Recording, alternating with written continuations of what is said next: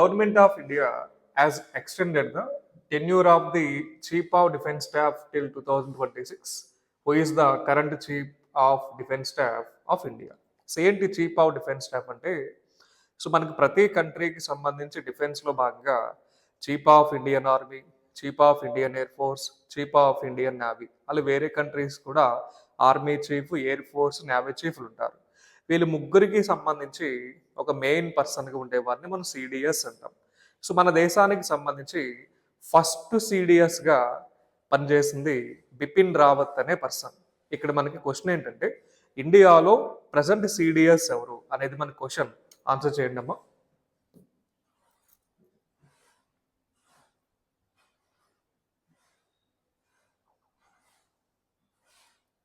So time up నానా.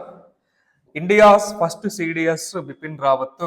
Present మనకి అనిల్ చౌహాన్ అనే పర్సన్ పనిచేయడం జరుగుతుంది. అయితే అనిల్ చౌహాన్ యొక్క టర్మ్ మనకి ఇటీవల పూర్తి కావడంతో ఈయన యొక్క టర్మ్ని 2026 వరకు మనకి ఎక్స్టెండ్ చేయడం జరిగింది. ఈ పాయింట్ మనకు తెలియాలి. అండ్ ఆల్సో ఈయన ఏం చేస్తాడంటే ఆర్మీ, ఎయిర్ ఫోర్స్, నేవీ మూడింటికి సంబంధించి గైడ్ లైన్స్ ఇచ్చే పర్సన్గా చెప్పచ్చు. మనకు already chief of Indian army ఉంటారు Upendra Dwivedi, chief of Indian air force Amarpreet Singh, chief of Indian navy Dinesh Kumar Tripathi.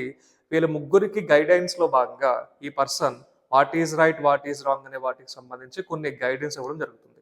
So వారిని మనం సిడిఎస్ అంటాం. అండ్ ప్రజెంట్ మనకు డిఫెన్స్ మినిస్టర్ రాజ్నాథ్ సింగ్ అనే పేరు తెలియాలి. After independence India's first defence minister మనకి బల్దేవ్ సింగ్ అనే పేరు వస్తుంది.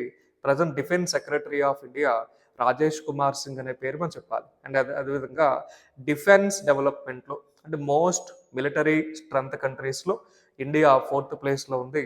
ఫస్ట్ అమెరికా ఉంది, సెకండ్ రష్యా ఉంది, third China, 4th India, 5th south Korea. So ఈ విషయాలు గుర్తుపెట్టుకోండి. Thank you.